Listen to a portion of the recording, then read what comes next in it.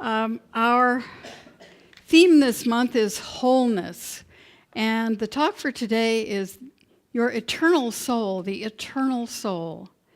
And the quote for today, because we're participating in something that's going all over the country and all over the world in the Centers for Spiritual Living, we're all aligning together on certain themes. And so this month, the quote from Ernest Holmes is, "We believe in the eternality, the immortality, and the continuity of the individual soul, forever and ever expanding." Forever and ever expanding. And I came across a quote from James Thurber, who was a cartoonist and author who wrote The Secret Life of Walter Mitty, and his quote was, "All men should strive to learn before they die what they are running from and to, and why." All men should learn before they die what they are running from and to, and why. And then a quote from Richard Bach, who said, "Here's a test to find out whether your mission on earth is finished. If you're alive, it's not." If you're alive, it's not finished. So what is our role here? What is our action here? And so this month, I've been reading, the book of this month is Living Beautifully, and let me see if I can find it here. Living Beautifully with Uncertainty and Change. Because, as she points out, uncertainty and change are the nature of life. We keep trying to make it stable. We keep trying to make it safe. We keep trying to establish these places where we can hold on to what we've got. But she says, forget about it. Everything is changing all the time. So we have to learn to go with that flow. We have to learn to step into that realization that everything is changing and that we have to center ourselves in that which is changeless. We have to center ourselves in that which is changeless. So how do we do that? Well, she gives us some lessons, and this is from the Buddhist tradition, and of course we embrace all paths to truth. And so this is 3 commitments that they have in Buddhism. The first one is do no harm. The second one is help others. And the third one is embrace the world just as it is. Now that's a hard one, embracing the world just as it is. But the thing is, as I talked about a few weeks ago, we've been told that the world was broken and that we were kicked out of Eden and, that we were punished and we had to suffer and all that stuff. But what we realize more and more is that nature knows just what it is doing. Now, we may be upset because it has things like earthquakes and tsunamis and floods, but that's just the earth doing what it does to balance itself and to restore itself, and we just happen to have been, put ourselves in the way of that. So part of it is learning, how does the earth work and how can we work with it? Instead of trying to mold it to our will, which is what we thought we were doing. We have to make it the way it should be because it's not good enough the way it is. Maybe there's something to think about there. Buddha said, because we're born into the world, we get caught up in worldly things. And he identifies these worldly things as 4 pairs of things. We get into, the 4 things are pairs of opposites. Pleasure and pain, gain and loss, fame and disgrace, praise and blame. These are the 4 things that we get caught up in.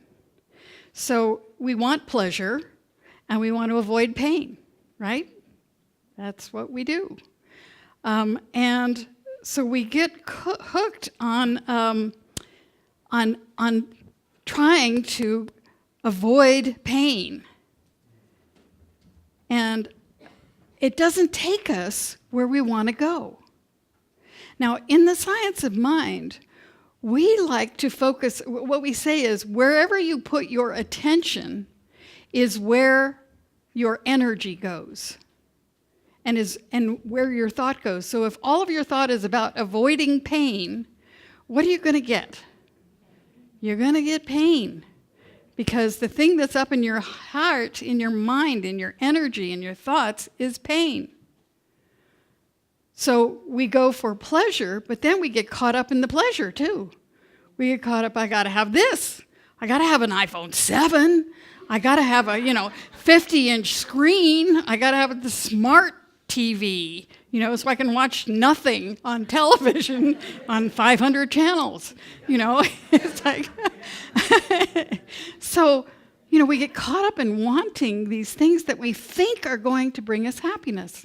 And so what she says is we have to sort of try to get in the middle. She says, at some point it may hit us that there is more to liberation than trying to avoid discomfort, and more to lasting happiness than pursuing temporary pleasures, temporary relief. Our attachment to gain keeps us running in the rat race. And as Lily Tomlin said, the thing about winning the rat race is you're still a rat.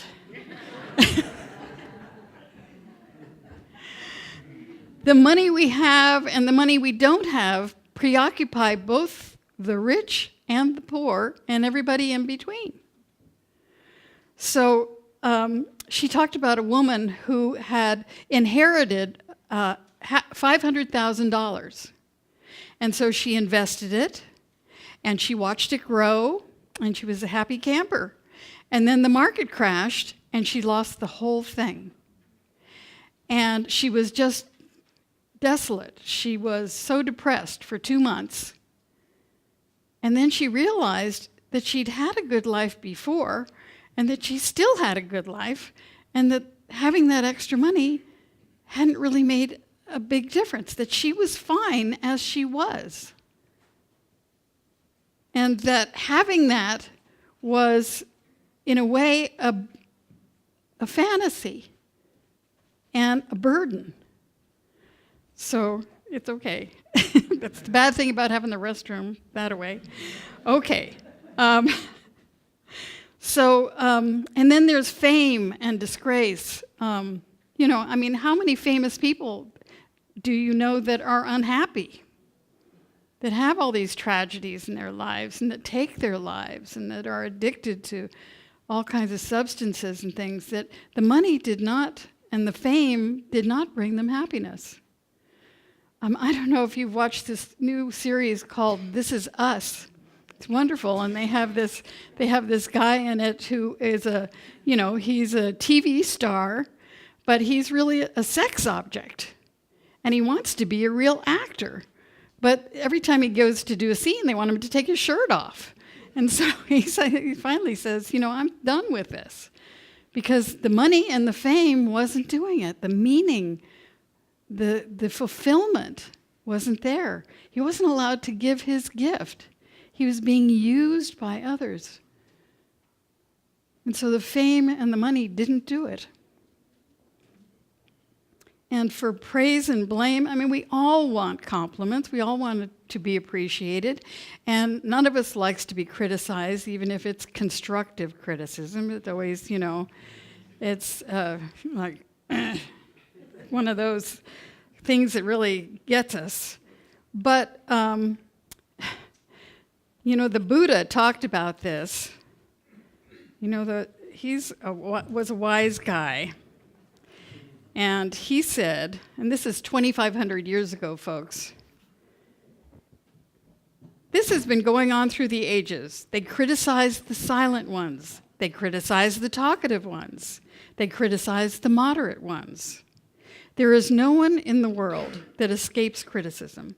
There never was and never will be, nor there is now, the wholly criticized or the wholly improved. That's wholly with W-H-O-L-L-Y. The wholly criticized or the wholly approved.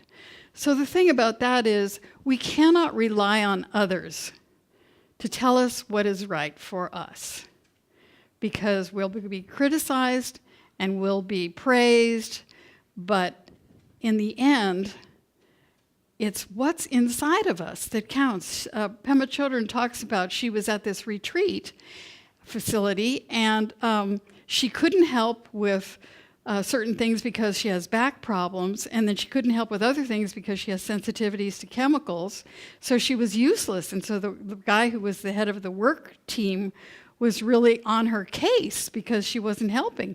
And here she was, this valued spiritual teacher, and she was like low man on the totem pole and feeling old and helpless and just, feeling poor me, I'm going to eat some worms. Remember that one? So she's just feeling, terrible about herself. And then she goes down into town, and they're having a spiritual get-together, and they invite her down, and she comes in, and then everybody's like, oh, Pema Chodron, spiritual teacher, and she's like, everybody loves her, and she's just so wonderful, and she's getting all this respect and appreciation.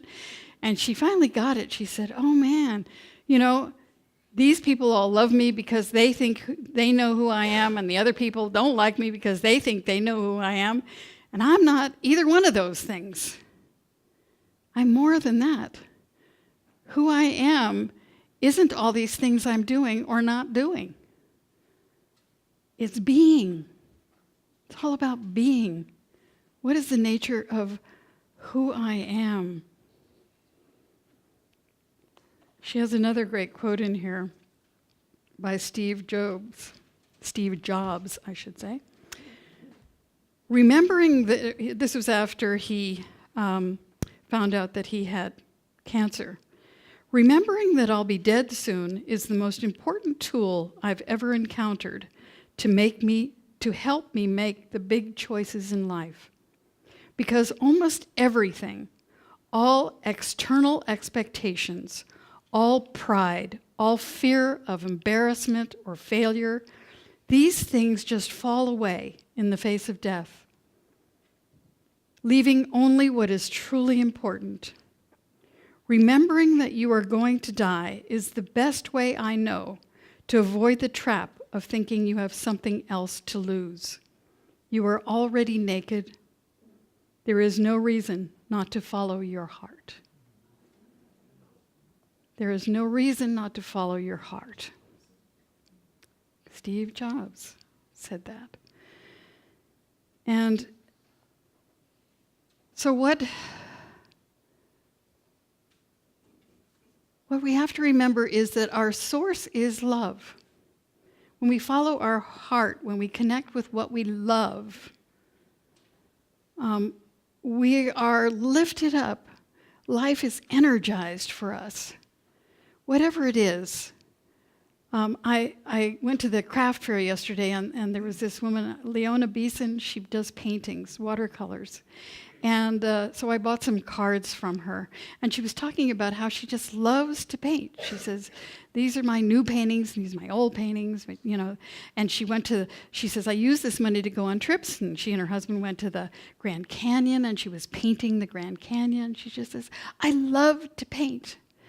I don't know how old she is, but she's an elderly person, but she is just in love with painting, and that's what she does, and it brings her an income so that she and her husband can go travel. And so it's like the best of all possible worlds to do what you love and get paid for it. Because people appreciate what you're doing, because they can feel the love in it. When you see a painting in person at a museum, you get not only the painting, but the energy of the artist.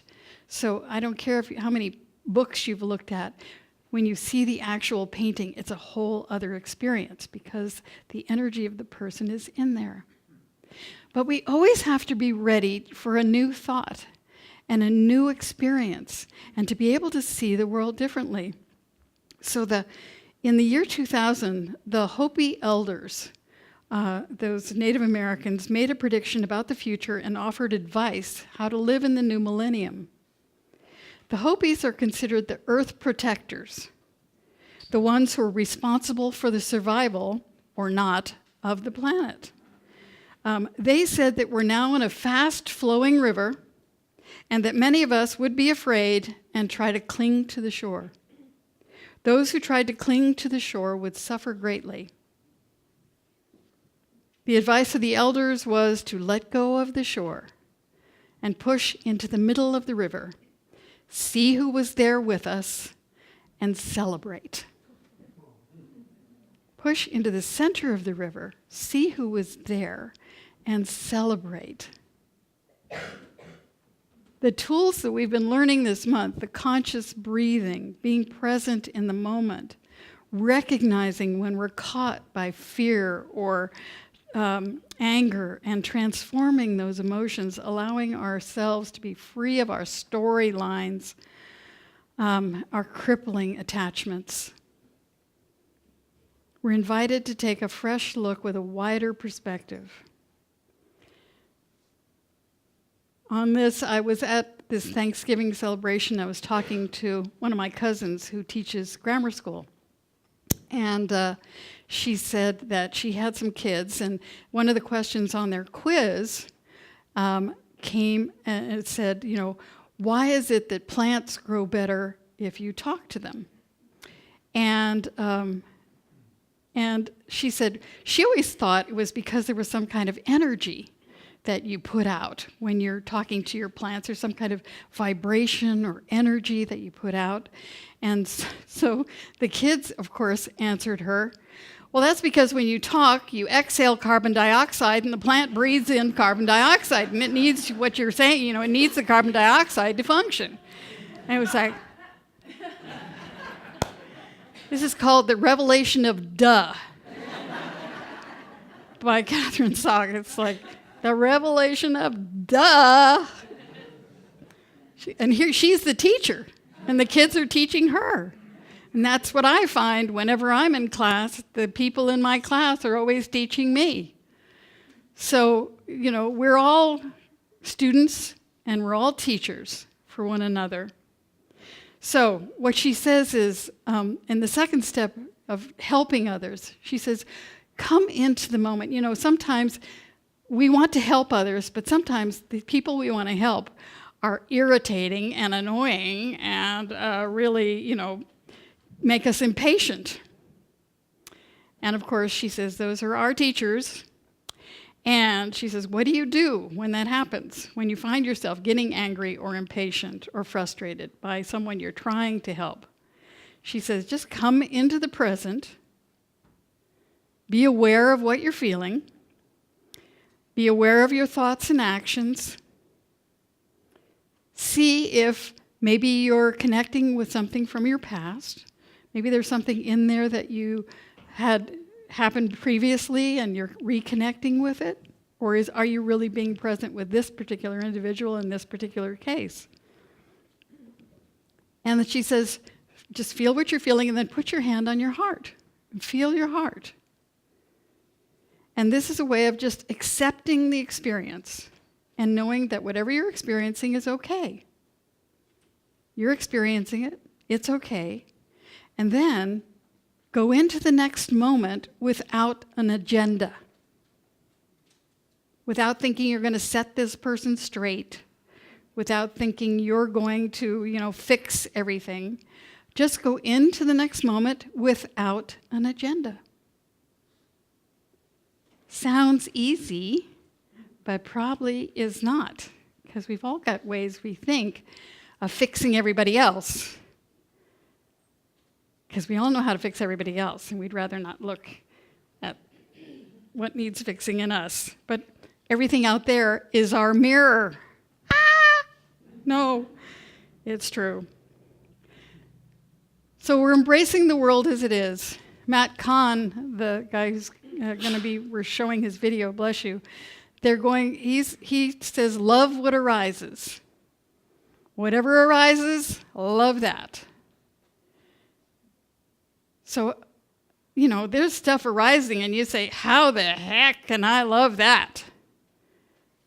How the heck can I love that? Well, as Cheryl was saying in her meditation, suppose we could love that. Suppose we could bring love to it. Could we transform, first of all, our thinking about it? And if we transformed our thinking about it from a place of love, could we come up with a new thought, a new idea, a new solution, a new way of connecting with one another? Maybe there could be a different way of being that would allow us to have a different conversation. I had that experience with one of the cousins at my Thanksgiving, who has, his mother was a staunch Democrat, and he is a Tea Party Republican, and I love him dearly. He's the sweetest, kindest man, but he has a thing for the IRS. And the reason he's involved in this, in the politics that he is all because of the IRS and because of taxes. And so I was a little, when I saw him sitting, he came and sat at our table for a while, and I went in and I thought, oh, am I going to get involved in something? And I just loved him. I just remembered how much I loved him, because I've known him ever since he was born. And so I just saw him in love, and we had a great conversation. I was able to listen to what his concerns are, and what his fears were, and what his solutions were. And there were some good ideas there that I could think, okay, this is a good idea. I'm willing to listen. And that was a really wonderful exchange and connection. So if we are able to let go of our judgments, as Parker Palmer says, if we can let go of our judgments and turn to wonder, I wonder why he's thinking this way. I wonder what that would mean. Maybe we can have the conversation we need to have to find a place where we can meet, that place where we are together in the oneness.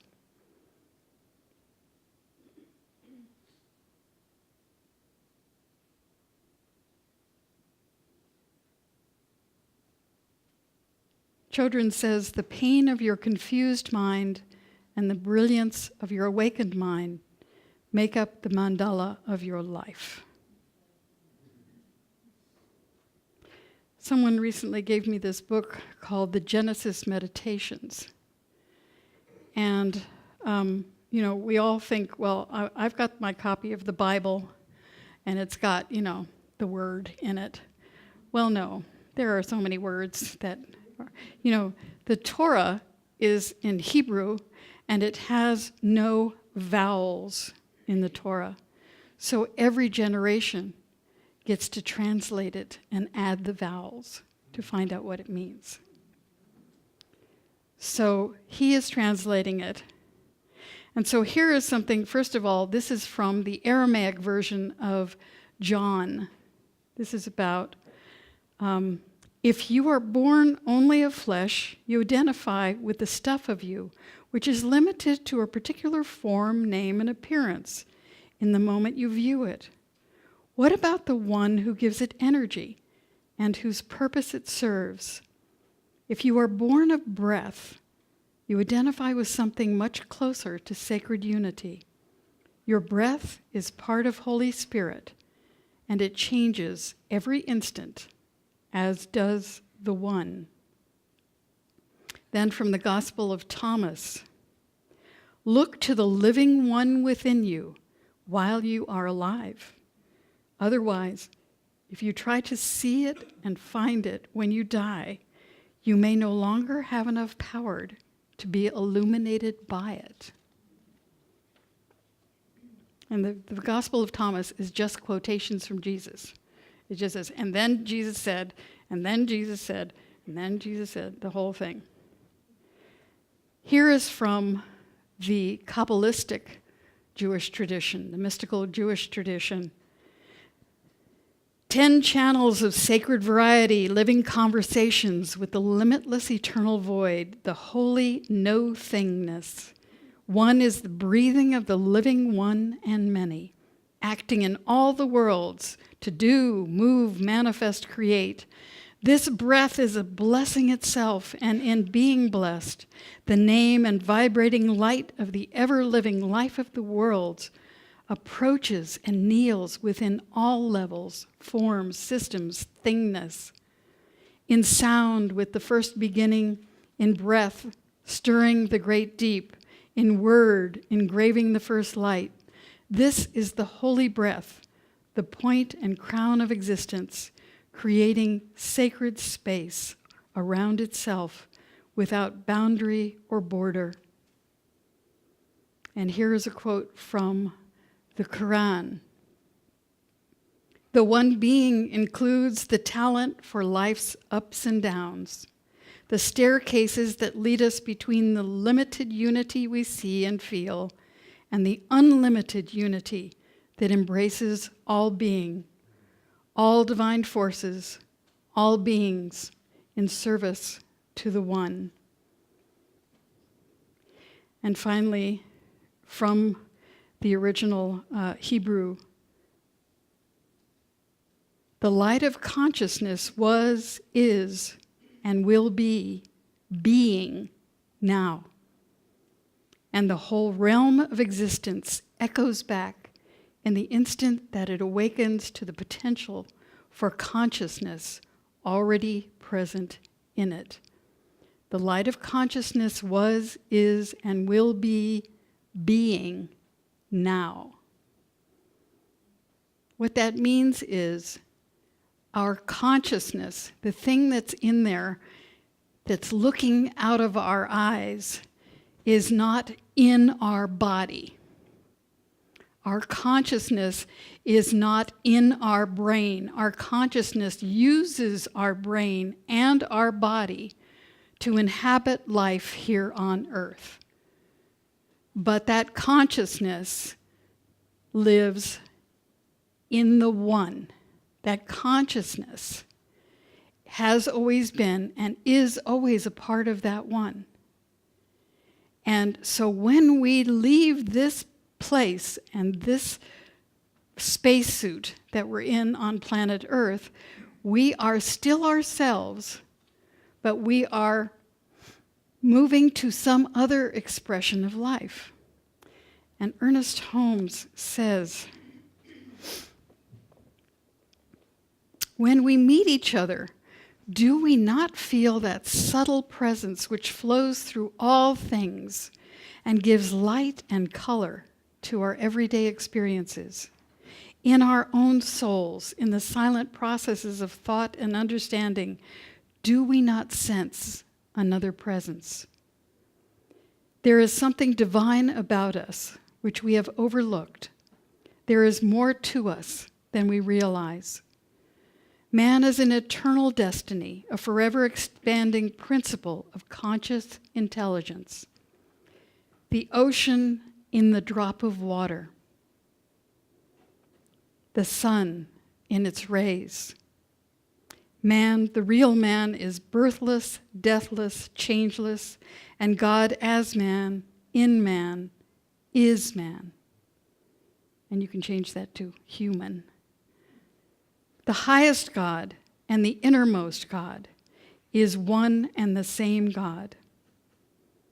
And so we prepare not to die but to live. The thought of death should slip from our consciousness altogether, and when this great event of the soul takes place, it should be beautiful, sublime, a glorious experience, as the eagle, freed from its cage, soars to its native heights. So the soul, freed from the home of heavy flesh, will rise and return unto its Father's house, naked and unafraid. Naked and unafraid. We are that. We are that. We are that immortal being now. Nowhere to go, nothing to do, nothing to be saved from. We are that now. So it's up to us to remember that, to realize that, and to live from that place of the eternal. And so, our affirmation for this week is, I embrace the reality of my own immortal soul. I embrace the reality of my own immortal soul. I embrace the reality of my own immortal soul. I embrace the reality of my own immortal soul. And so it is.